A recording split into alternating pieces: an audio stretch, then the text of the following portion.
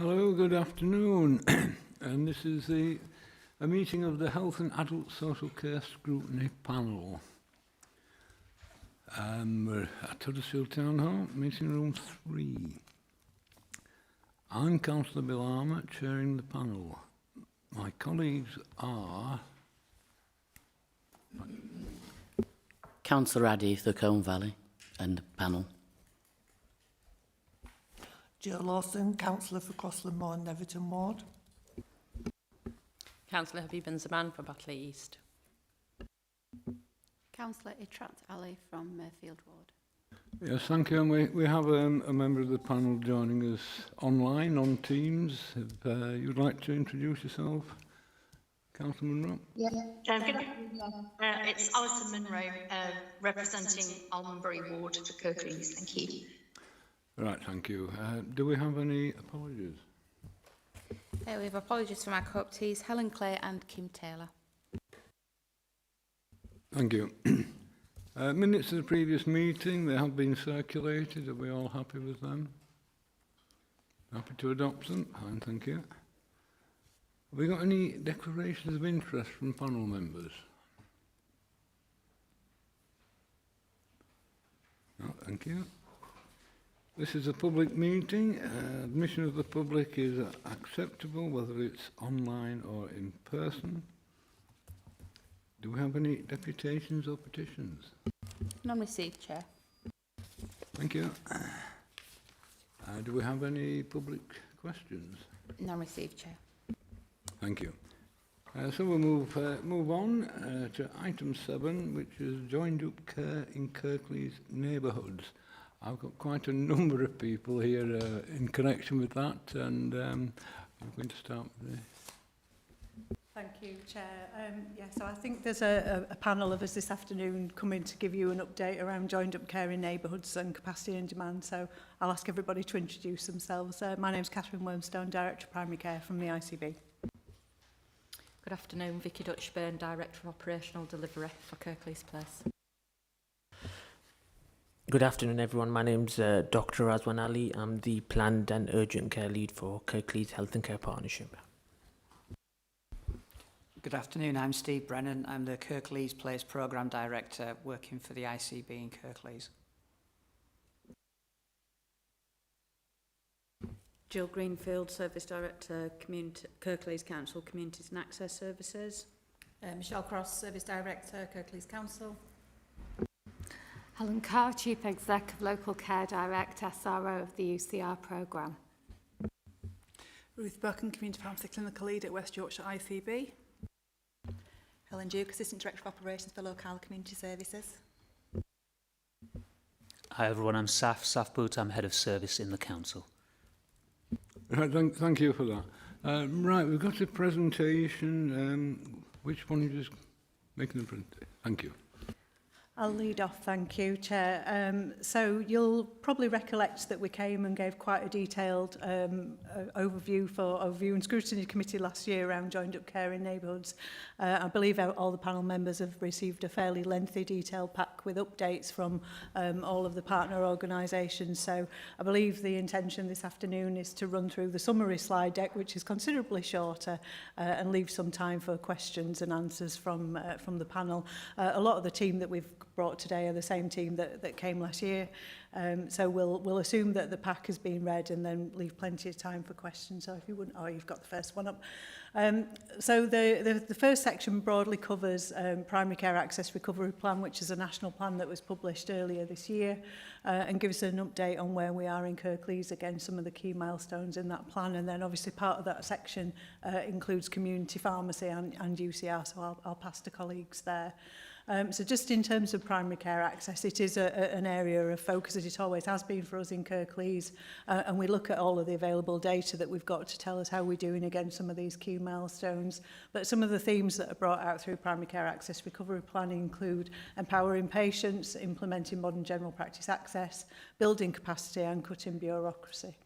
Some of the key elements of this plan sort of focus on access into general practice and some of the methods of access particularly around telephony systems, and the National Patient Survey that was published earlier this year brings that out as a theme that comes up recurrently from patients in Kirklees. So we've currently got 20 practices who are working towards implementing cloud-based telephony to give the practices a little bit more resilience, but also you know, some more functionality around contacting patients and being able to work in a little bit more efficient way, though it does require workforce to be at the other end of those phone lines, which is one of the challenges, but we are doing well with moving some of those practices over onto a more resilient telephone system.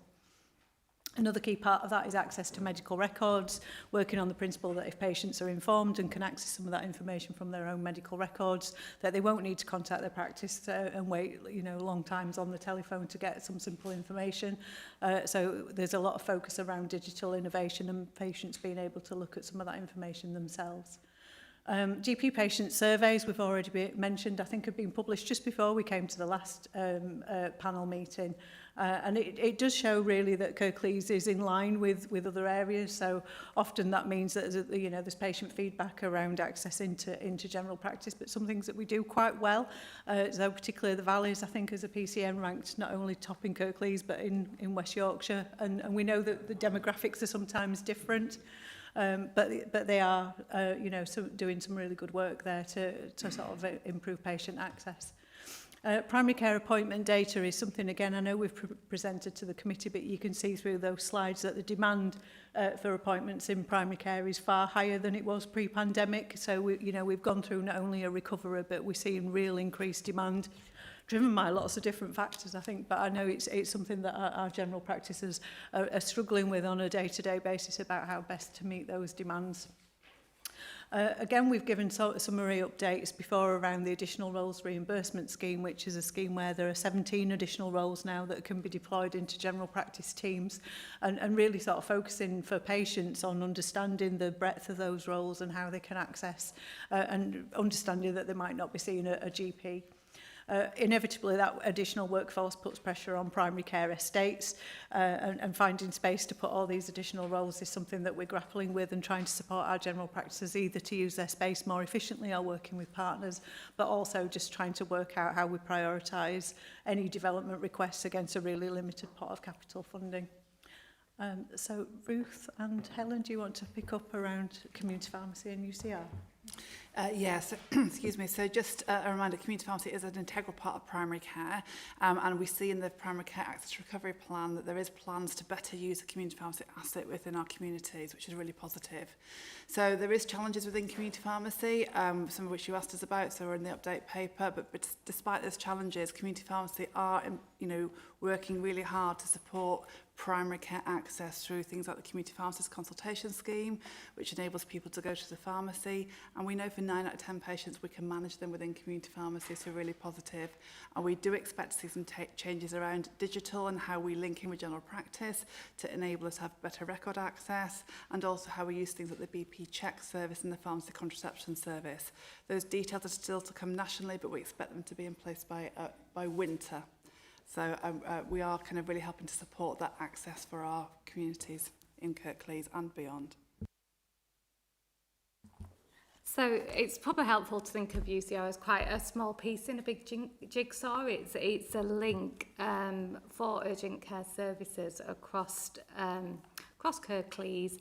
Kirklees was actually an innovator because we were one of 7 pilots across England. And so we were an early adopter of this scheme, and we've operated it on a partnership basis across different organisations. And what we're trying to foster is a no wrong door referral pathway for people to get access to urgent care more easily. And there's been a lot of innovation since the last year, and we've particularly developed a lot of pathways with the ambulance service. So now we're taking some of the less urgent calls from the ambulance service, and that relieves pressure on those services as well. So an important but small piece of the jigsaw. Thanks. I think just before we move on, I wondered whether Dr. Ali would want to offer any observations into some of the information we've included around primary care access. Yes, thank you very much, Catherine, and thank you for having me. This is my first scrutiny meeting, and I'm delighted to be here. I think, upon reflection, I think general practice remains busy. I think Catherine mentioned access issues and pressures, and I think if you look at the data, we are experiencing demand surging between 20 to 40% pre-pandemic levels, and this has naturally led to increase in pressure within general practice in Kirklees. However, I think it's only fair I pay tribute to my colleagues in general practice, not only GPs, but also the nurses, the allied health professionals who are so integral to our primary care network, because they've really stood up to the challenge. And Catherine very kindly provides me with monthly data on appointments. And when I was analysing this data late last night, I was very proud to see that access had gone up by 20% between the period of May to July 23 compared to this time last year. And we have to remember this is in the face of recruitment and retention issues in Kirklees and the whole host of other challenges we face. I think our primary care networks have done tremendously well. I think they've matured very well over the past 18 to 24 months. I think a vital cog with that is our collaborative working with the council. Social prescribing has played a tremendous role in this. We know that 20% of patients who present to general practice are actually not presenting with clinical issues. It's more with financial issues or cost of living crisis, and our social prescribing workers who are provided by our local council play an integral role in helping to support these patients. So there's lots of positives. And finally, I mean, I don't want to take up too much time. I know time is of the essence, but I think my colleague from West Yorkshire who mentioned, who's representing community pharmacy, I think that has a big role to play in the future. I think it's an underutilised resource.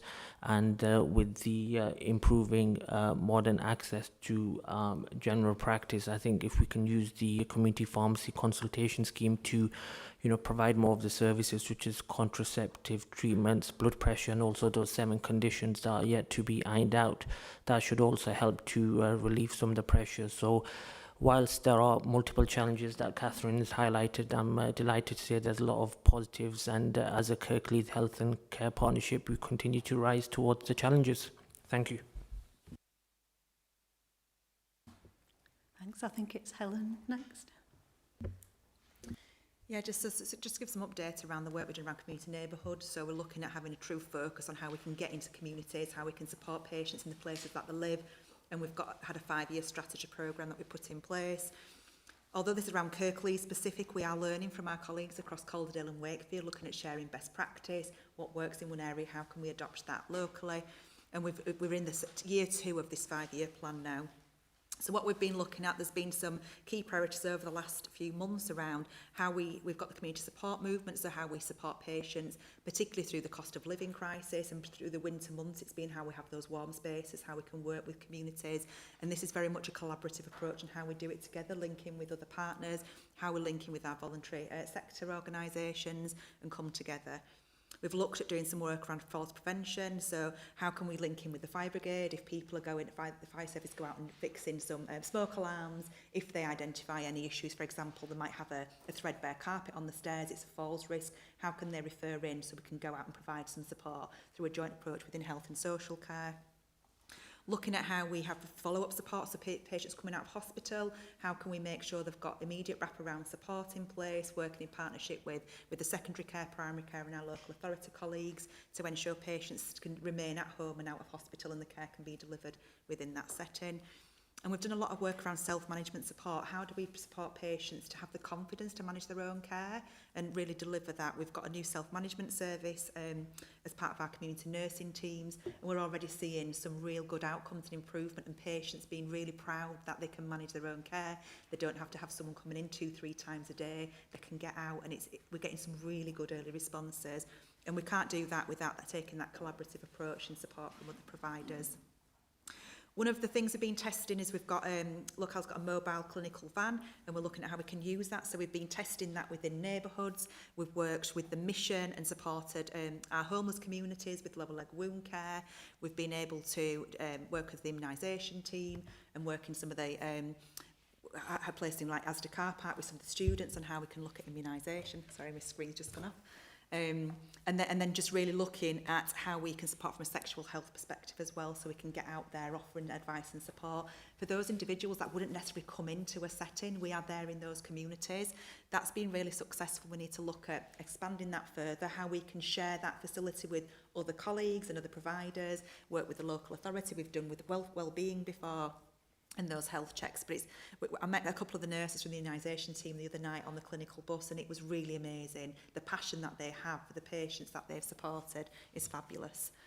So next steps, we'll continue to build on these existing programmes. We'll continue to work in collaboration. Our key approach is around that urgent community response, hospital discharge, and then how we deliver that planned care within that community together. And we'll continue to learn from the successes across the other areas and how we can share that and share our learning as well, because we do have some success in these areas. So it's been really exciting. You've got all the information, there's a lot of slides, so if you don't have questions, thank you.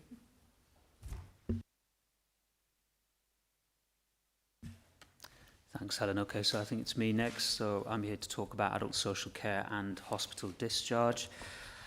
I think I've been here to Scrutiny Committee before to talk to the committee members about our progress as a system around discharge to assess and other initiatives such as intermediate care.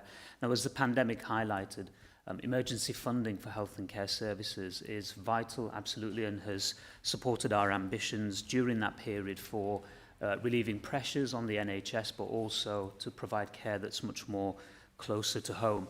And whilst local arrangements for joint working and more integrated models for care and for delivering care that's closer to home are really good, they're effective, and we've heard about social prescribers, we've heard about urgent community response today as well.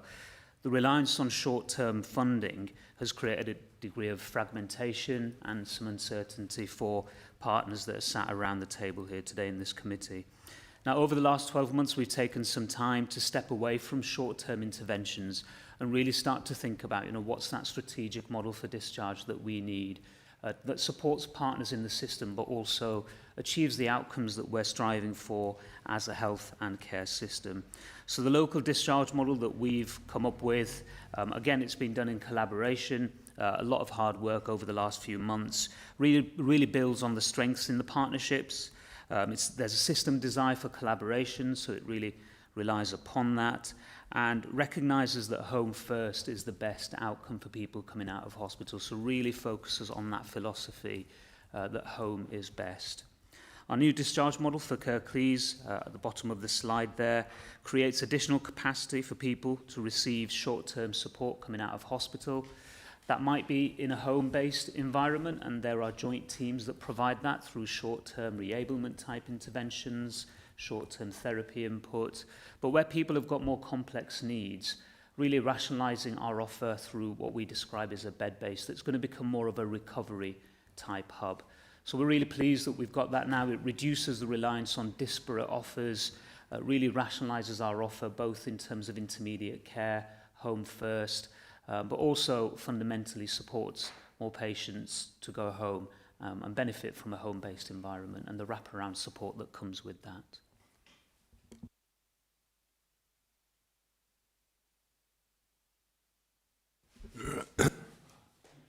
Yep, no worries. Thank you very much. So talk a little bit about some of the workforce initiatives we've got going on across Kirklees. So the focus of our Kirklees workforce group is to try and add value to the things that individual organisations are already doing. Clearly, workforce is a huge challenge and always will be. So we have a focus around recruitment and retention, and also in terms of staff health and wellbeing.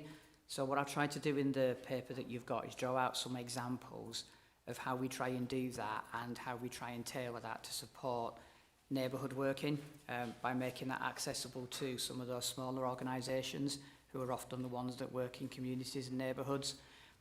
Another bit that I was going to draw out in the examples I've given is where, as a health and care partnership, what we're also increasingly aware of is that access to good employment is a key element of somebody's actual health and well-being. It drives a lot of the inequalities that exist in society, unfortunately. So where we can, we're trying to think about how we can change our recruitment processes to be more mindful of that and actually try and give opportunities to people who potentially otherwise wouldn't be able to access those quite as easily. In terms of the health and well-being, I think where we've settled on that is that the health and well-being of staff is clearly really important in terms of retaining them. And we've got a lot of initiatives underway across the whole of not only Kirklees, but also working with Calderdale quite closely, because we do share a lot of providers, and it allows us to make best use of the resources we've got. So we've had a really big focus on that. And maybe one to draw out is the work that we've been doing with care homes, recognising that staff in care homes absolutely need that support, but find access difficult because they find it difficult to come away from the place of work. So trying an approach where we go to them instead, picking a care home in a neighbourhood, and then people from the other care homes coming along. Just a couple of other things really briefly that aren't drawn out in the slides necessarily. The other thing we kind of recognise in terms of a neighbourhood model is it does require that collaborative working between all organisations. We've got a programme of, we call them systems leadership events, but they're not targeted at what you might think of as existing leaders. These are more open to everybody in the health and care system. And we run them in various different formats. But a key theme through all of that is bringing people together from different sectors, so they spend time together and get to understand a little bit more about how different bits of the system work, and also actually start to make some relationships that can then support real work in future. We've just started two apprentice programmes with the University of Huddersfield, and we've got just under 60 people who are taking part in a level 5 and level 7 now. So they're going to spend the next 13 months together building those relationships and that joint understanding. And then one final thing that is very much an early work in progress is, as part of NHS England's plan for increasing the number of nurses, doctors and other medical professionals coming through training, is that to support the increase in the university capacity and so on, we need quite a significant increase in training placements to support them. And what we've recently agreed is that one of the ways we want to try and do that is not to take placements out of the traditional settings such as acute trusts, because they're still needed, but to try and get as much of the increase as we can in more community settings, and to try and do it in a way that people spend time in different settings and in different organisations, recognising that GP practices or care homes struggle with the infrastructure to support them. So trying to think about how we can develop an approach where the capacity we've got to do that can support a more system-wide approach rather than just focusing on their own organisation. So it is in the early stages, but that's the kind of things that we're trying to work forward to see whether it can help with that kind of integration and joined up working. Yes, thank you for that. It sounds quite an exciting prospect. We'll have to see. The devil, of course, is in the detail as ever. I do notice that I've got Councillor Jackie Ramsey online, who's the Cabinet Member for Health and Social Care. So, Councillor Ramsey, would you like to just add anything at this stage from the Cabinet perspective? Not particularly from a cabinet perspective, thank you, Bill, but it is really interesting listening to all the partnership working that is taking place across the community, and I think, you know, we should be celebrating some of that. There's some things that I've written down that I didn't know, which are absolutely brilliant, around doing things in a much more collaborative way, so the apprentice programme and things like that. But no, I've got nothing to add at this stage. I would like to ask a couple of questions, but I'll wait until it's my turn if you want. Well, my panel members have got dozens of questions, but I think we might just push you in front of them. So if you'd like to start now with questions. Wow, that's very kind of you. Thank you. I was particularly interested when you were talking about how well we're doing in primary care from a GP perspective, a practice perspective, around managing the increased demand. And I was just interested to know, obviously there's a variance between different practices, how the practices that are doing better are supporting those that are perhaps not, because certainly one of the things that I hear a lot is how many times people have had to phone to actually convert into an appointment. So that's one of my questions. A second question, if it's all right, is how the primary care networks and the place-based working really interface, so that we actually make sure that we've got that connection. I have heard some really good work around that, but it is very important that that place and that network actually come together. And I'd just be really interested in hearing a little bit more about that. It's really heartened to hear you talk, Steve, about health and well-being of staff and how you're thinking of having some placements out in primary care and in care homes. So that was just a comment in relation to that. I'll leave it at that. Thank you, Phil. Yes, thank you. Do we have someone who's going to respond? If I start, Dr. Ali might want to come in with some real life examples. So I think the question was really around sort of variation and support. So obviously primary care networks are formed around a group of practices who can sort of support each other and share good practice, and particularly where we highlight some practices that are doing well, then often we use the learning from there to support other practices.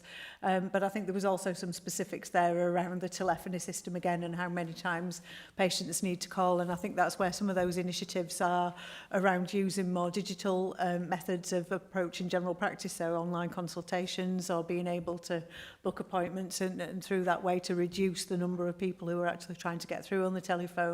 So the ones that do get through are sort of appropriately care navigated into the right healthcare professional. And then obviously some of the changes that we talked about with the telephony systems themselves to make sure they've got the right capacity to be able to cope with the number of calls, because some practices on, you know, particularly old systems, they struggle with that, and that's sometimes where patients end up waiting a long time. And I know last time we spoke quite a bit about DNAs and the number of patients who don't attend their appointment, and that's obviously lost capacity and something that we want to focus on. So I know we talked a little bit about that, but some of the practical methods that practices use to try and reduce those numbers by texting out to patients and asking them to reconfirm appointments. So hoping that answers. But Razwan, is there anything to add? Yeah, I mean, firstly, very good questions. Unfortunately, there is some degree of variation that exists in terms of access and appointments across Kirklees, and I think part of that is driven by GP or clinical recruitment and retention. My experience, and I'm sure Catherine will concur with this, is what we find is areas of deprivation because of the challenges they face, that particular practices face, can struggle to recruit and retain doctors in that area. And that is something that has been ongoing for quite a while and something that we are aware of and actively seeking to address. Part of the solution has been primary care networks, which Catherine has described very eloquently as geographically contiguous practices in a geographically contiguous area. So you have pockets of 30 to 50,000 patients served by a group of 8 to 9 practices. And I think one of the big positives of primary care networks has been that collaborative approach.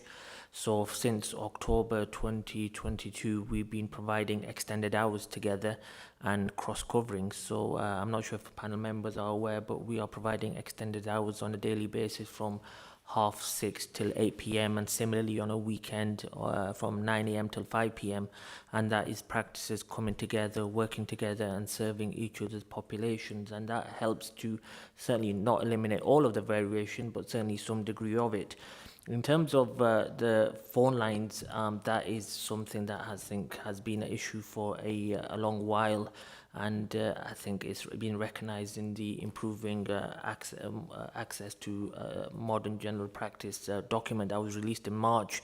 And part of the answer, as Catherine has alluded to, is switching all practices from an analog line to a digital line. I mean, there's nothing more frustrating than calling your GP practice at 8 o'clock, typically on a Monday, because that's when the rush is, and dealing with an engaged tone. I mean, I'm a patient and I get frustrated by it, but the big opportunity we have here is with using technology as an innovative agent and as an enabler. So with digital lines, you have that facility whereby you're in a call queue, so you're not engaged, and similarly you also have a callback function as well. So if you're busy at work, the technology allows you to be called back when it's your turn, so you can crack on with your daily working day. But similarly, there are other opportunities. We have online consultations, which patches software that's available to practices across West Yorkshire.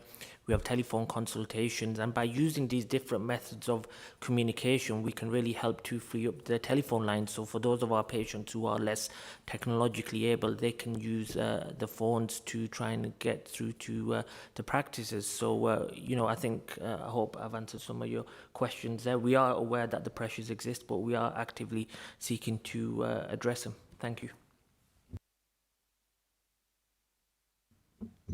Thank you. Excuse me. Thank you for that. Anything more, Councillor Ramsey? Anything supplementary? Just a second question that hasn't been addressed, and I'm sorry I wasn't clear enough in my first question. I think some of the work that you're doing around telephony is really helpful, and offering opportunity to access records, etc. One of the complaints that we hear through Health Watch and such is that people ring for an appointment on the day and they've missed those appointments, so they ring back the following day and they've missed them again. And it was that more that I was looking at, about how long people actually waiting to actually access the GP. But leave that, and please answer the primary care network and pace-based question, if that's all right. Sorry, I'll come back to that. Sorry, I wasn't clear in my answer. So firstly, analysing the data, we know that 85% of appointments provided in Kirklees are actually on the day, and 80% of the appointments are actually face-to-face. So we're one of the leading providers of that. Nationally, we rank amongst the top 10th centile.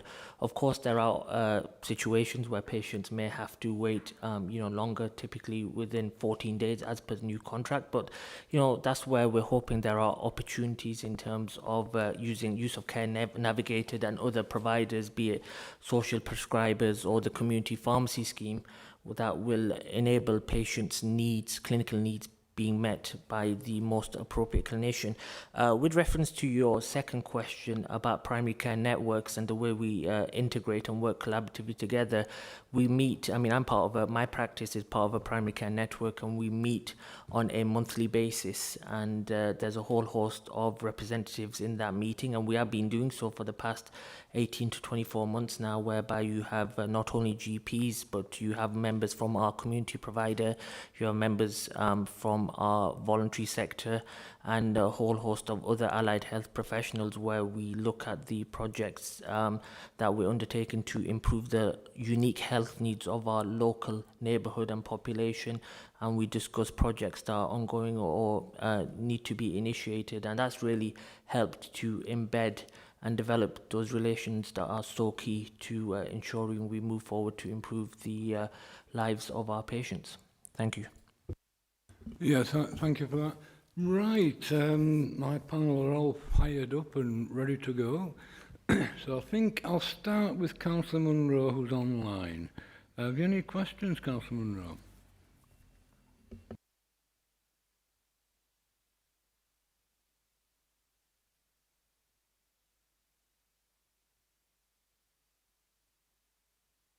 Yeah.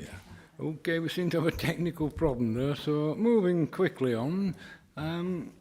I think Councillor Ali was the first one to tell.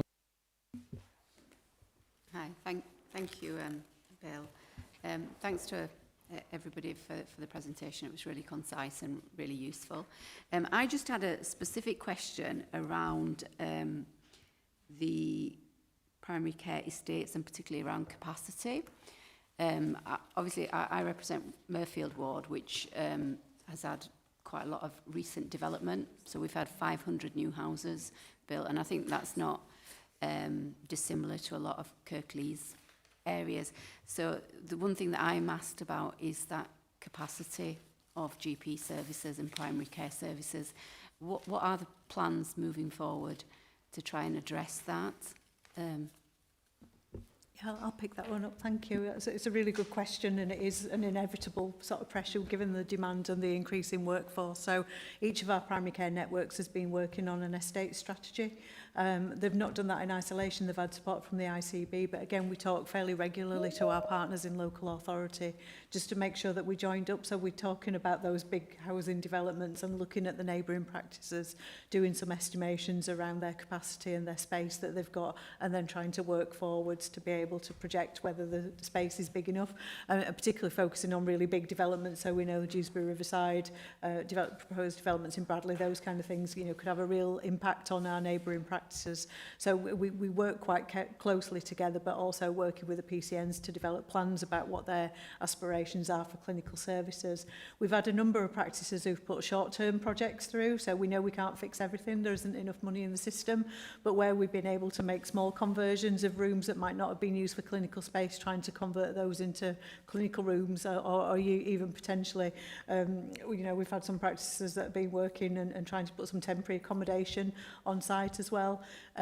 Plans for sort of big new premises developments are really hard at the moment, you know, just along with the rest of the, you know, the national challenges around building costs escalating and some of the really difficult supply chain. That's had a knock-on impact into some of the big developments, which means they're not going perhaps at the pace that we would like them to.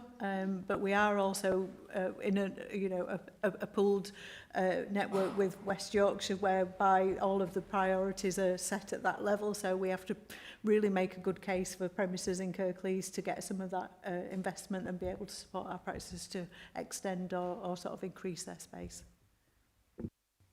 Yeah, thank you. Thanks for that. Is that it, Councillor Lee? Yeah, no, thank you for that clarification. Obviously, it's good that it's on your radar and agenda, and I appreciate, you know, what you're saying about costs and you know, new builds, etc. But some of the plans, like you outlined around, you know, making extended use of existing buildings, seems the right way. But I think it's really important that it stays on that agenda and we don't lose the focus, because, you know, house building is on the increase, and as populations increase, people are, it's one of the things that's contributing to GP, you know, access, certainly in my area. Yeah, is it okay just to add a little bit extra? Because I know, Jill, we've got examples, haven't we, where using sort of library space or using some of that extended workforce, not typically in a general practice setting, is something that we're trying to maximise and use other opportunities. And sometimes that's better for patients as well, that they feel less intimidated if they're not in a healthcare setting. So I don't know whether there's anything you'd want to add to that. Yeah, just quickly to say that, you know, we work really closely with communities, and we do reach out. You know, there's been the Monday museums on a Monday, a number of other areas that we've looked at that in terms of other drop-ins that we run. And I think that, you know, working alongside, we have been able to support people around that access and make sure that we're, you know, helping practices to get the right people to come at the right time. And you mentioned earlier the number of patients who don't necessarily need to see a doctor, but perhaps need other support, and that's the importance of how we've been able to do that work. And we continue to do that, and it does work along our community partners as well. As you said, in terms of those meetings, I think everybody has taken several steps closer, not just one step closer to each other. Excellent, thank you. Yes, thank you for that. I understand we've re-established contact with Councillor Munro now. So, have you any questions? Over to you.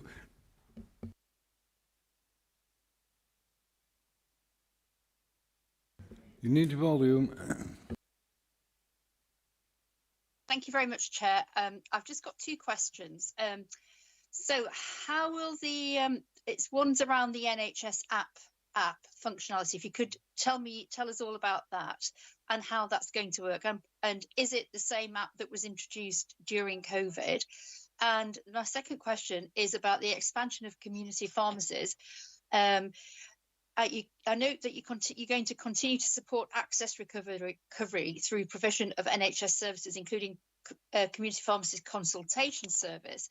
However, community pharmacies are closing, and I understand we've just lost 2 more recently since 2022, since the pharmaceutical needs assessment was published in 2022. So 2 more pharmacies have closed in Kirklees, and I now understand that we're also going to lose our Boots pharmacy in Huddersfield Town Centre, and the pharmaceutical needs assessment provides for a pharmacy within a 20-minute drive of where a person lives. But if you can't drive, how are you going to get to a pharmacy?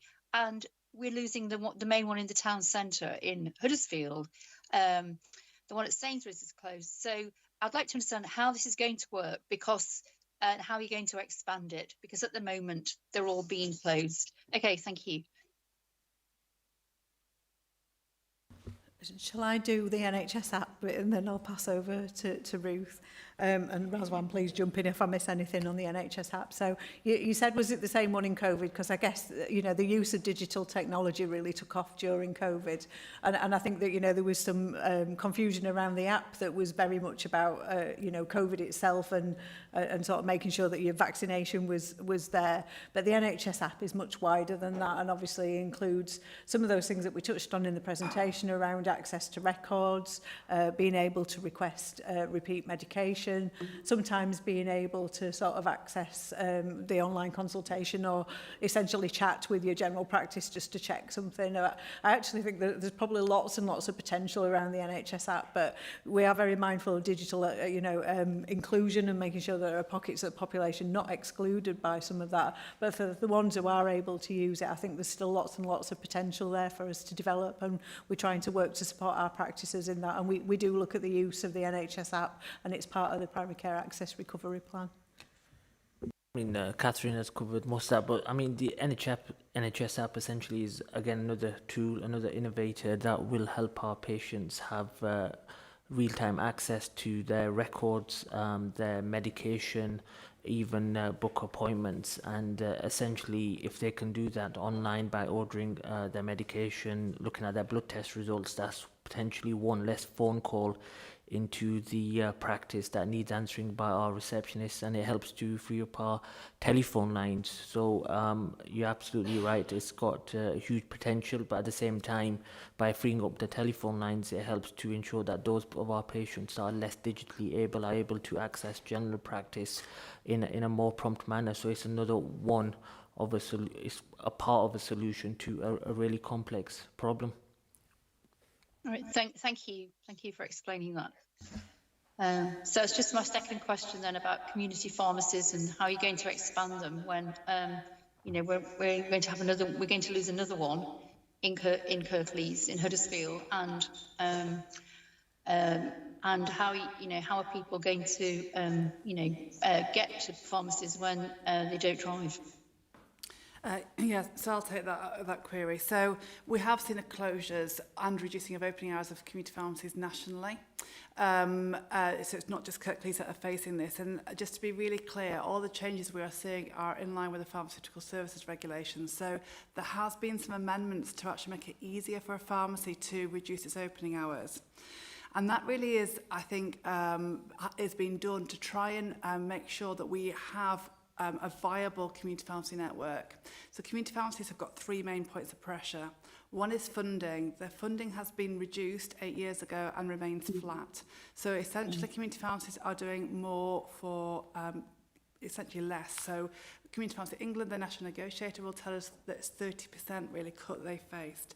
So that is one of the pressures. Workload has certainly gone up in line with general practice, and we have seen more people have learnt to actually use our community pharmacy, which is great, but actually that means we have more workload coming through, and also we have workforce challenges because particularly pharmacists but also pharmacy technicians are getting pulled into other roles, for example AWRS, and that makes it actually hard for us to retain and to keep our pharmacy contractors, pharmacists working in pharmacy. So that is kind of why we've had the closures.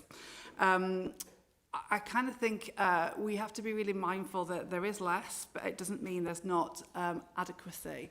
So the Health and Wellbeing Board has got the pharmaceutical needs assessment, and they will be making supplementary statements as these changes go through. So we may have less pharmacies. The Health and Wellbeing Board will be making an assessment of, through supplementary statements, actually does that change mean there is a gap in services, and that'll be that process to check that we have got adequate services. But I think we need to accept there is going to be less, but what is left should be more viable. Going back to your point about services, the new services bring in additional income from pharmacies. So actually doing these new services will actually give them more income and enable them to then retain what they've already got for their opening hours. Yeah, but the thing is, you're saying you're going to expand them, but if they're closing, you're going to have fewer pharmacies offering consultation services, and so fewer. So you're going to have which will result in more people actually approaching the doctors rather than the pharmacy, because they won't have the pharmacy to go to in their local area unless they travel, and they won't want to do that. So to me, this plan is really flawed, and I don't see how. You haven't told me how you're actually expanding this. You haven't really said how you're expanding it. You're actually experiencing closures, not expansion. So I feel it's quite flawed. I feel it just comes across as being quite flawed. So we're not at the moment. Yeah, we're not expanding the number of pharmacies, and that I think that it's a factor of the national kind of contract as to why we're seeing that change. But what we have less, and we do need to remember, we've got 100 pharmacies in Kirklees, so a lot more sites in general practice for access. So we're seeing this shift to clinical services. So we mentioned the pharmacy contraception service, which is just starting. We should be getting a common condition service, so we can actually treat 7 common conditions which normally require prescription-only medicines, but we're able to treat that in pharmacy. So it's a shift from and funding to additional clinical services. So there may be less points of access. And I say that will be assessed through the pharmaceutical needs assessment as to whether there is adequacy there or not. But what we have left, we will be providing a wider range of and an increasing number of clinical services to help deal that left shift. So, we've got a programme going on around community pharmacies using independent prescribing. We're testing that out at a very small number of sites in West Yorkshire. So I think I agree, it's really difficult to see that there's less pharmacies, but what we have left will be delivering a greater level of clinical services. But that's if the public can get to that pharmacy. If I was a person who was poorly and I needed my doctor, and I wouldn't, if I had to travel to the pharmacy, I catch a bus there because I didn't drive, I wouldn't even consider that. I'd just go straight to my doctor. I'd go to my GP's surgery.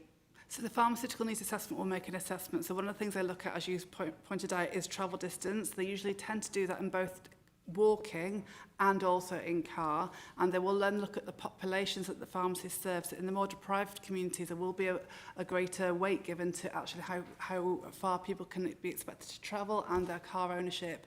So the pharmaceutical needs assessment goes into quite a lot of detail to look at actually what the needs are and make sure that they're met adequately. So that is the process, and so if there is looking to be a community which is needs to access pharmacy services that can't do that, that will be picked up as part of that process. And there is a West Yorkshire P&A group which discussed this, but it's actually a Kirklees Health and Wellbeing Board responsibility, and that is part of what is going on. They are looking across the whole of West Yorkshire, all the changes. What does it mean for our populations? Does it mean we've now got a gap? And actually, how do we look to get that gap addressed? So I accept it's really difficult to see pharmacies closing. I find it really difficult to see pharmacies closing, but people are closing because they're just no longer financially viable. So, we have to work with the ones we've got, and through things like the Community Pharmacist Consultation Service, that requires a GP to refer in. So actually, we need to work within primary care to get our GPs to use those services more to help our Kirklees pharmacies have that volume of people coming through to increase their income to make them more viable. So there is a piece of work, but that's something Catherine and I have been discussing. Okay, thank you very much for explaining that. Thank you. Just a quick supplementary about pharmacies. I do see occasional reports that some medicines are actually costing more than the pharmacies are getting back. How does that happen? It's the way that community pharmacy is set up to be paid. I could be here all afternoon trying to explain that.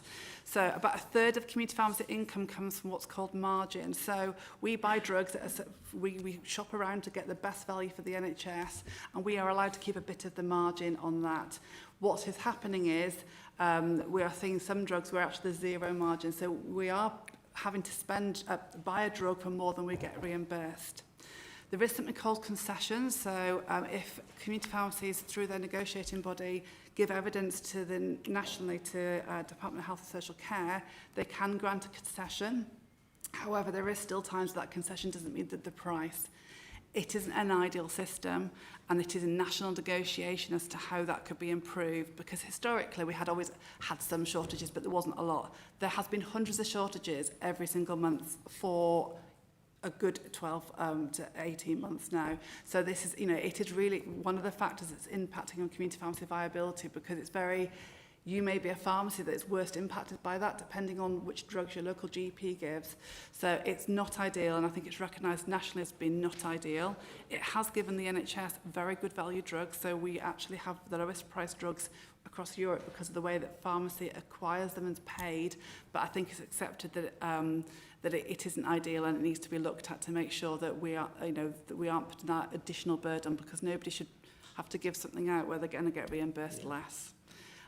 But yeah, there is other mechanisms that help measure that, but it isn't a simple way of being paid as a pharmacist. It is actually very linked to the drugs that you issue and the margin you make on them. Yes, thank you for that. Coming back to the panel, they've been very patient. The next on my list is Councillor Lawson. You've a question or two, I understand. Thank you, Chair. Going back, to community pharmacies, is these 7 common illnesses, what are they? Oh, as you know, you're going to say, I'm not going to remember them all. So one is around ear infections, this one got sore throats. We've got simple urinary tract infections in women. We've got shingles, and my mind's gone blank at the other ones. But it's things which we've actually, if we look at services, not in Kirklees and sadly not in West Yorkshire, but there's already commissioned services through pharmacies providing this. It's just a bit scattergun as to where it happens. So this is about making sure that nationally we have a single offer. We can be really clear with patients as to what we can manage. So these things are already being managed in some areas through community pharmacy safely, but as I say, we're looking to do that consistently and nationally, so we can be really clear with people as to what they can expect from their pharmacy. Thank you.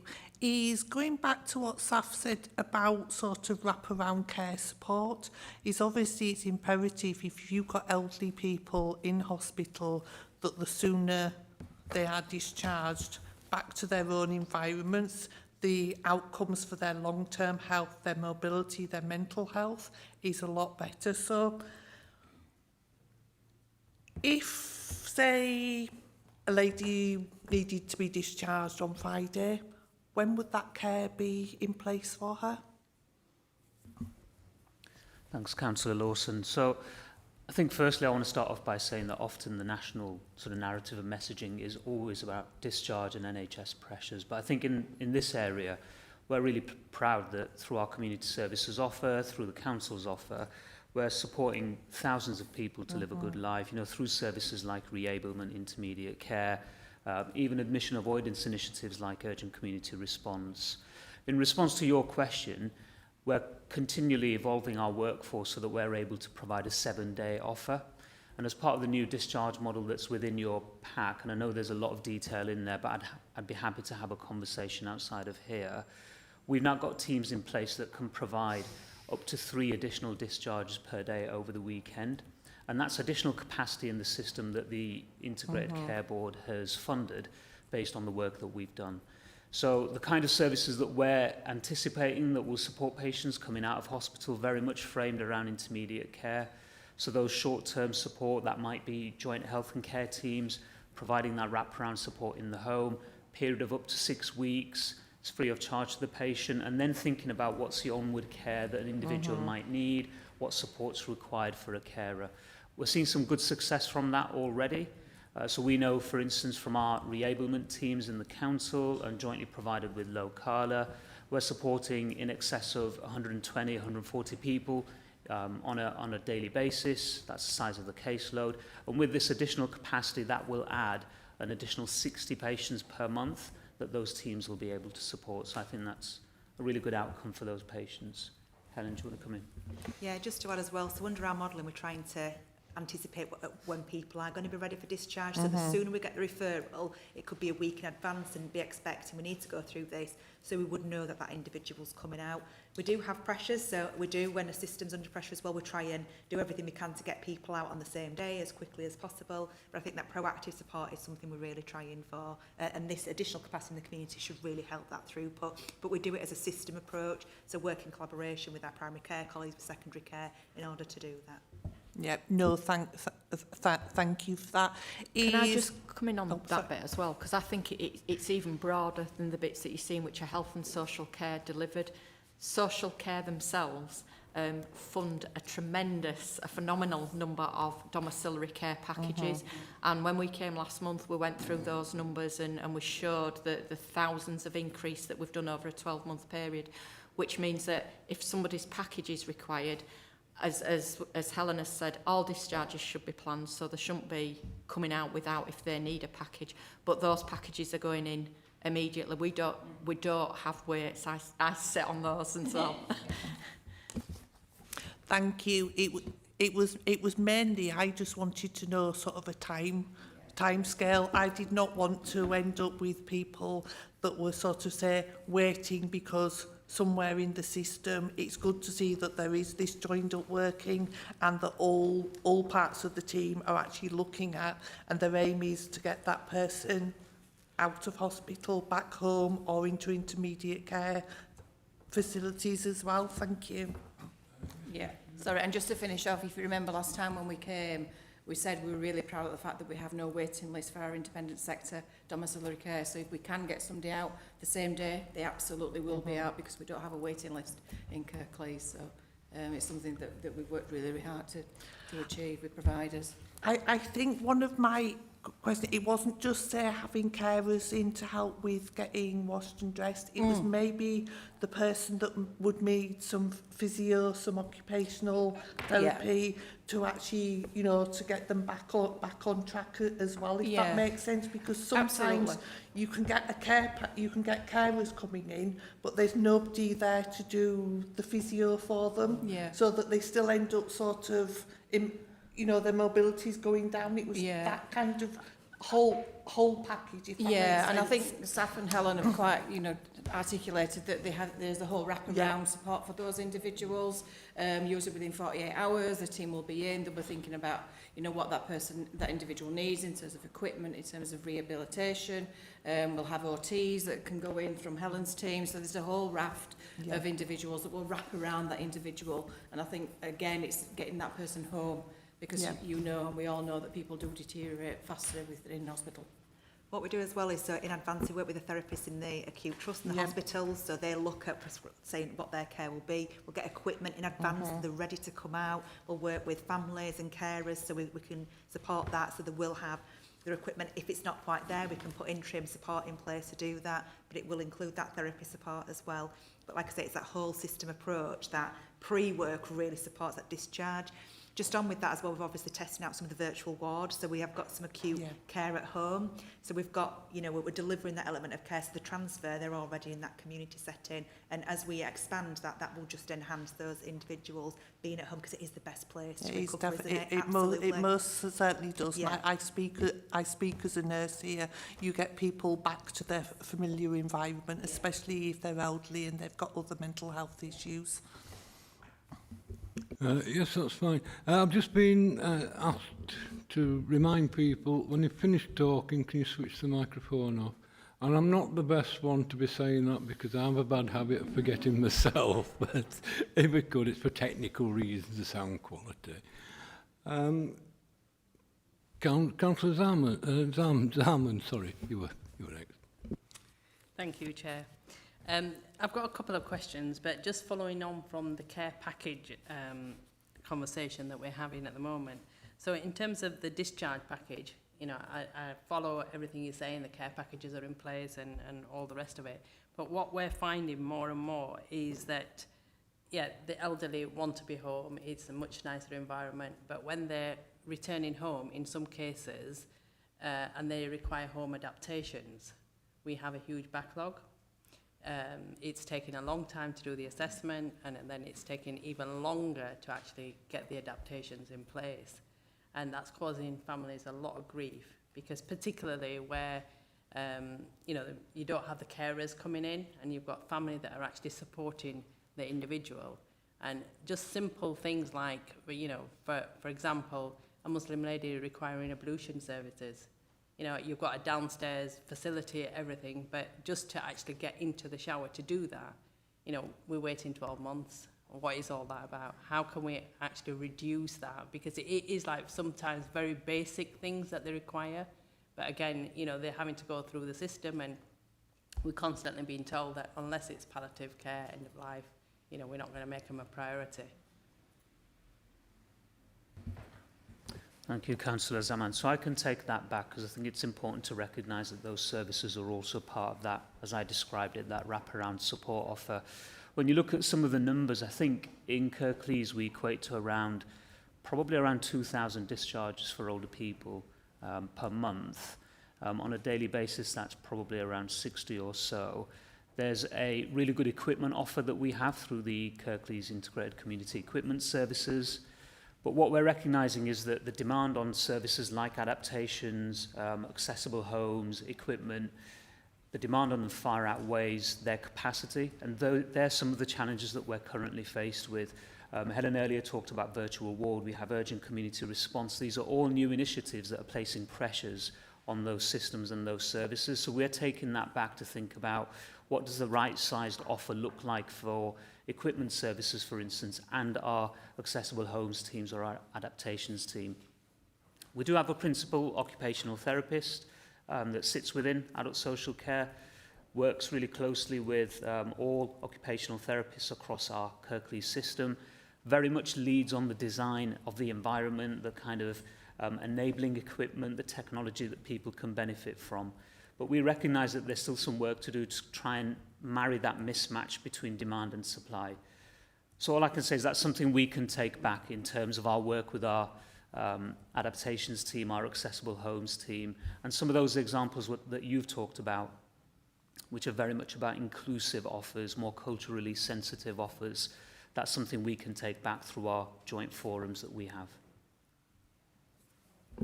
Just coming back on that, for me, it's more about religious inequality, because particularly, you know, where people, well, it's not a choice, it's a compulsory that they have to make ablution before they do their prayers. Now, you know, if people can't access that, and it's such a basic requirement that you've got all the facilities there, it just means like changing the shower. You know, it's not one of those packages where we require massive adaptations in the home. You know, I think we do need to, you know, make that a priority and look into that.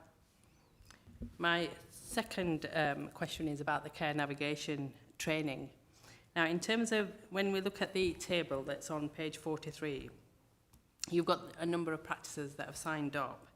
But then in terms of the practices that have actually signed up to what is actually happening, now those care navigations are mainly like receptionists or admins that are being trained to take up some of those roles. Now, if they can't diagnose the illness that somebody's gone in with, then are we saying that the advanced level practices are able to prescribe, or how do we encourage more practices to take up the training so that they are able to get to the advanced level? Because if you look, there's only two that are two sort of practices that are in that end. Well, there's three actually in the end column. I'll pick up on the care navigation. I think in Kirklees, even before this year's primary care access recovery plan was published, we'd done an awful lot of work around care navigation. It sort of predated COVID, so we've got trained care navigators in all of our practices. I think what's important now with this new plan is recognising all of those additional roles, is that training needs refreshing. So some of this offer is part of the national plan to make sure every practice has got trained care navigators, but actually we'd already got that in Kirklees. So for us, we are encouraging them to be part of that national programme, and particularly looking at those packages now where there is advanced training. But I think what we're recognising through the early feedback is it's really important for us that our care navigators in Kirklees know about Kirklees services. So whilst we are encouraging all of our practices to make sure that they're part of that national programme, we want to look at what we're offering locally as well, and we probably think it's time to refresh that. I think some of our practices and some of our practice managers have done an incredible job of training some of our, because they are essentially, you know, trained up receptionists and people who they've got an awful lot to learn now and an awful lot of options to be able to navigate to. So I think it's just for us trying to sort of refresh what they know and really make sure it's focused onto our Kirklees services. My final question.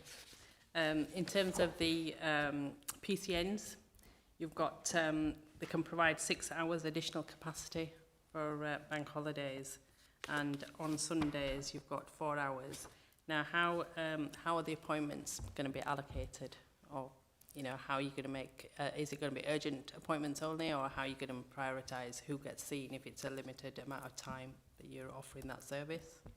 Thanks. I'll start on this, and then if there's anything you want to add. So I guess the first thing to recognise is when the service was introduced, as Dr. Ali described, last October, for PCNs to work together to deliver appointments that are in the evenings and weekends. That national specification only included Monday to Friday and Saturday, didn't include Sundays, it didn't include bank holidays. So that's something that we've recognised in Kirklees. So we've gone over and above that national specification. We started with the bank holidays and started just testing it, you know, making sure that there is the demand and making sure it's actually there to support the wider system, particularly during some of the strikes that we've had recently. So that's where we'd started trialling some of that, and we've just recently introduced the Sundays. So it's above the national spec, but what we are encouraging the PCNs to do is to work together, but to work with wider system partners as well, so that it's not just about supporting somebody. You know, if I take myself as an example, you know, I work and sometimes it's more convenient to be seen on a weekend, but actually so that it is supporting everybody and being able to sort of access you know, people who need really urgent on the day appointments, so that it's focused in that way.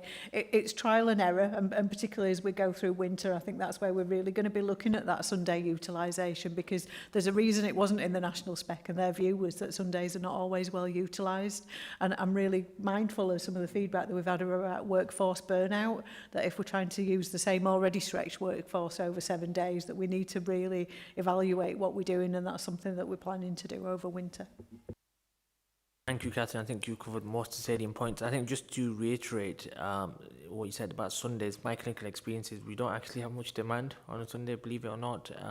And it sounds bizarre because you see a picture where there's you know, so much demand, but on Sundays I don't know what happened. It just seems to tail off. I think the primary purpose of cover over bank holiday and a Sunday is generally to protect the wider healthcare system, because obviously if there isn't access in primary care or general practice, then what we find, especially with the urgent appointments or children that are poorly or an elderly person with an acute infection, what we find is that our emergency services can become overrun, and similarly it can destabilize general practice on a Tuesday then when there's so much demand. So it's generally for urgent. But saying that, we do have patients that come in whereby they've had an issue that's been ongoing for a few months and they want to be seen, and if the appointment is there, we book them in as well. So it can be a mix and match between urgent and semi-urgent appointments. But yeah, it does certainly help to stabilize the system, especially moving on to the Tuesday. And I think the only thing that I'd add to that is that we're doing a lot of work with our secondary care A&E departments about how they can identify people who might turn up to A&E because that's the front door that they've recognised, but when they get there they don't actually need an A&E department, and they're going to be sat there for 12 hours plus in some cases if it's a really horrendous day, and how they can then make the links back to the PCN to get people directed back into those slots when they're open. So we're doing that piece of work as well. And I do have to say, because it was mentioned again this morning on a call, that the A&E departments are really grateful that we've put these sessions in over the strike period. I mean, we established them for the winter period, didn't we, if we're honest, but then the strikes came along, so we've been doing them for the strikes as well, and they really appreciate that that is there, recognising that there's education that they've got to do with their own medics to make sure that they do utilise them, because primary care have been giving them numbers so that they can make those direct referrals themselves for appropriate patients. Right. My apologies, I forgot to mention at the outset, we have Councillor Smage here, who's going to introduce herself in a moment. Okay, thanks. Councillor Liz Smage, Chair of Overview and Scrutiny, and I'm observing, but as usual, I've got some questions, if that's okay, Chair.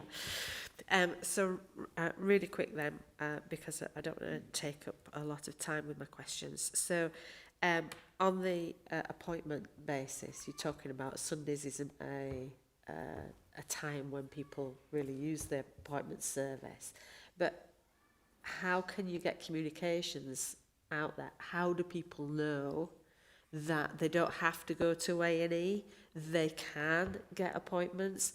Because certainly you don't see a lot of information about, and how can the council help as well in that, to be able to put communications in places where people do visit? Because if they're in GP surgeries, you only go there if you've got an appointment, don't you? You know, and also we talk about technology, but how can people who don't use technology get an appointment really quickly when they need it? I use a mix of technology and telephone, so I know that I cannot book an appointment through the NHS app from where I am. It's a different system.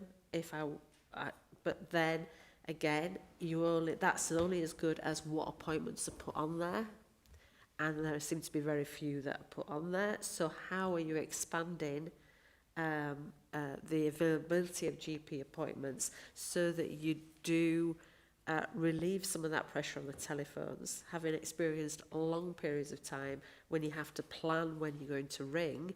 If it's not urgent, need an appointment in the morning, you try and ring at a quiet time to help alleviate that, but you still can be waiting to speak to somebody for almost 20 minutes. And that is not helpful for anybody. And also, does the system as a whole here believe that you have the capacity for when CHFT reorganises its services? And what plans do you have in place to help that capacity? And for the ICB, this is perhaps a bit left field, but for the ICB, with the problems with letters from hospitals that have been highlighted in another area, are the ICB double checking that our computer systems don't have that problem? And why do you have to have a different medical record computer system for the acute trusts to the GP practices? Thank you. Do you want me to take the first bit about the Sunday? So yeah, shall I pick up on the comms? Yeah. I'll do the comms question first, and I know Vicky will want to come in and support some of that, but just as part of the National Primary Care Access Recovery Plan, I think some of the feedback that we hear from general practice is it would be great to have a standardised message for patients. One of the problems is it's always not a standardised offer that is there, so that's part of the challenge. But I think in fact, we should be at some point very close to the launch of a national campaign that's coming to support this plan, which is all about general practice and access. That'll feature some of the new new roles. I think there's a series of clips with children interviewing the new roles, if you like, in primary care. So all of that is designed with some of the digital innovation, but trying to promote to patients what services are there in general practice. So that's a national campaign that's about to launch, and ideally to support winter. And we always look locally about what we can do to support and reiterate those messages. We retweet them. We obviously share assets with practices that they can promote through their channels as well. So I think it is something, but then there is probably something quite specific then about the Sundays and making sure that, you know, that because it's not necessarily a standardised offer, we're piloting that through winter. So, we rely heavily on the practices and the PCNs who are delivering those appointments to make sure that patients are aware. But again, it's also about tying back into A&E departments to make sure that they're aware as well, so that they can book patients who are turning up at their door. Yeah, and I was just going to say on the Sunday, because it is a pilot, what we're being very careful about is that there isn't a mass notification so that those slots get swamped, so to speak, because the whole aim of this is about supporting the system at times of pressure. So the way that it currently works is that the PCNs work themselves. They understand how many slots they've got. They know how many slots that, if they've seen somebody on a Friday who is deemed urgent that they want to bring in over the weekend, they can do. Picking up their messages, but leaving enough slots available for the A&E departments to do direct access booking into. That's monitored then through the day on a Sunday as well. So if we get to certain points in the day and the slots are not being taken up, primary care will release them and use them. So even though the demand is not there as in the general public, which could be because people don't know about it and it's not something that's nationally offered, what we do find is there is actually little wastage of the slots that we've got that do get used.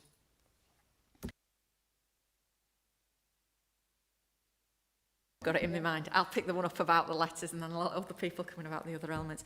Just on the letters, yes, obviously, it was in the national press. And interestingly, we'd been looking at some, I'm going to say issues, but issues is a very strong word. We'd been looking at the contact points across certainly CHFT, probably over the last 2-3 weeks ourselves. From a different perspective, we'd been looking at the number of people who were on our long wait lists, etc. So we'd already been looking at that. What notification people were getting, how the letters are getting to primary care, and are they being very specific that they're either copied to patients, etc. So we have been doing that, and we are not sat here panicking, thinking that we're going to suddenly uncover it. But we are doing a second review just to make sure. But based on all the work that we did about 3 weeks ago, no, we're not expecting this. And I'm really glad we did that work off the back of something else when I saw the news.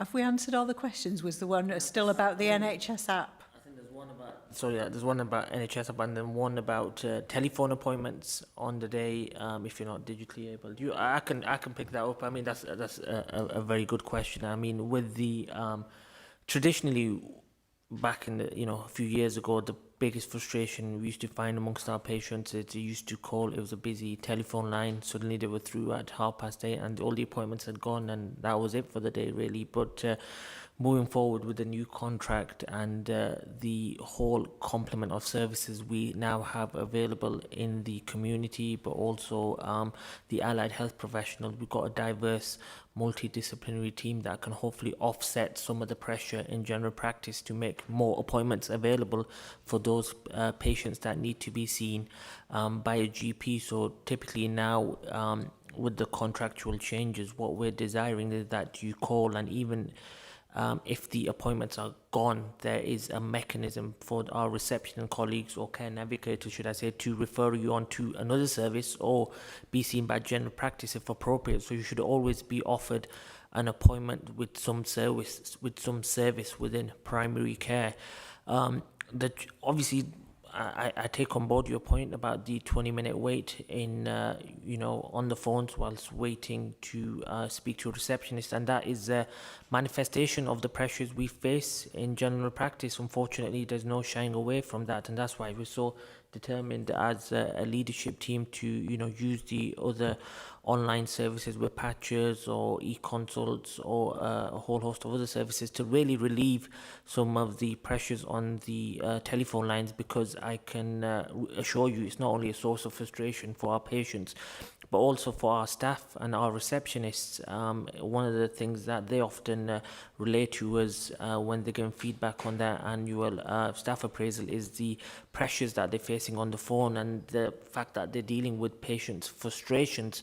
Because if a patient's been waiting for 20 minutes and they finally do come through, often they can be understandably short with our receptionists, who often bear the brunt of it. And what we're actually seeing is reception colleagues leaving the primary care and general practice because of these pressures. So I can't assure you that things will improve imminently, but what I can assure you is we're working very hard to relieve the pressure point on telephone lines, and hopefully going forward things will start to improve. Thanks. Just to pick up on your point about wouldn't it be great if everybody had the same system? I think yes, it would.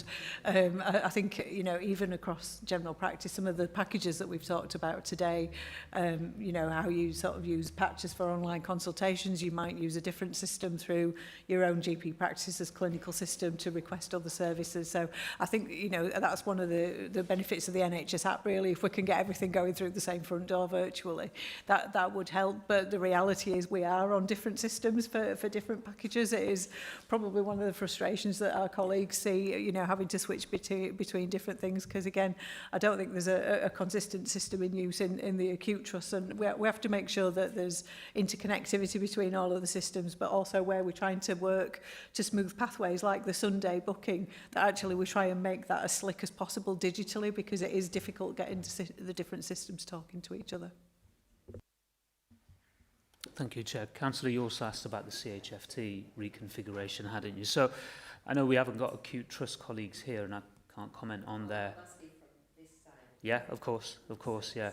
I think I came into this committee back in March with colleagues from CHFT to talk about the sort of factors that moderate the demand for hospital beds. We talked very much about the services and the capacity of services within the community. You've seen in your pack that, as a system, we're investing in that. But one of the things we have to be mindful of is that as we start to navigate in terms of the capacity that's available in the community, the length of stay in hospital might reduce, and we're seeing some of that. But then that places a burden on community services because it shifts things like length of stay into the community. So a lot of the work that we're doing, and we're committed with our hospital partners, is coming together to think about where are the costs incurred in the system, where are the benefits accrued in the system, and how do we start to take a whole system view on some of these things. So colleagues here will be mindful of some of the kind of bed-based offers that we have through Ingsgrove in Murfield, that's the intermediate care unit, and we also have Morelands Grange. I'm really pleased that we've now secured that through the funding, through the ICB. So those settings, I think, will support us in providing that community bed capacity to ensure people are supported nearer to their home outside of a hospital setting. But we just need to be mindful of the shift in the pressures then from a hospital into community-based environments. Thank you for that. Councillor Addy, you're a saint. You've been so patient. If you'd like to carry on. Thank you, Chair. Sorry to jump about. We're going back to community pharmacies for some of my questions. I know there's been the problem with stock and fulfilment of prescriptions. Is this causing a problem with people traipsing from one pharmacy to another trying to find it? Because some pharmacies do have things that people want. And is there a way to spread that stock out rather than having, it's okay, I can go to another pharmacy, I've got a car, but somebody else can't. So that then means it's a bit of a lottery for them all a long wait. Excuse me, yeah. So it's a really sensible question. It does vary, the stock holding between each pharmacy. So some of that will be determined by what they've already got in stock. So some might already have larger quantities, so they're more resilient just because they happen to have it in stock. They do use different wholesalers. We're not mandated to use more than one by the NHS. Many do, but we're not mandated. So we'll often the terms we have with our wholesalers may dictate how much of our stock we have to order from them. So as a pharmacy, you might take a loan out, for example, through your wholesaler, but that means you have to get 80% of your stock through them. So it does mean that what each pharmacy can get does differ, and that's why as patients you see that, you know, one pharmacy may have it, but another pharmacy doesn't have that item in stock. It's a real challenge. There is no way of sharing what community pharmacies are independent contractors. There is no way of looking in one place to find what they actually have in stock. We work really closely with general practice because often we know if somebody isn't able to then shop around and make those phone calls and those travels, that we will ask the practice to then consider changing the drug for something which we have got that's available. That can be quite tricky because it can look like it's available on the order, but when we make our order in the morning, it doesn't arrive in the afternoon. So, some stock, it really varies day by day, so it can be fine one week and not the next week. It is not ideal for patients, and we accept that. It isn't ideal for us as pharmacists or for general practice having to work through this. It's not great for the ICB because actually the cost of drugs has quite significantly increased, and there's quite a lot of cost pressure on the drugs budget across all ICBs in England because of this. So it's not ideal. There isn't a solution to that we can find. Hopefully we can support our patients as much as we can, but it is something which has been raised nationally because it is having such an impact. And what's the reason? Because some of these are very commonly prescribed drugs. They're not rare and special drugs. Yeah, I think there could be lots of different reasons. So there is things like the war in Ukraine's impacted some of the supply routes. There's things like Brexit has it impacted on the supply of drugs too. And actually some of it's because, as I mentioned earlier, we have the way that community pharmacy purchases drugs on behalf of the NHS. You'd think it'd be cheaper for the NHS to buy it on bulk. It's not. The way we do it keeps our drug prices low.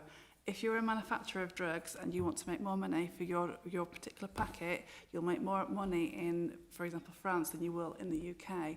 So it means that actually we're not such a good market for them because they know that community pharmacists will drive down and look for the cheapest and the good offers.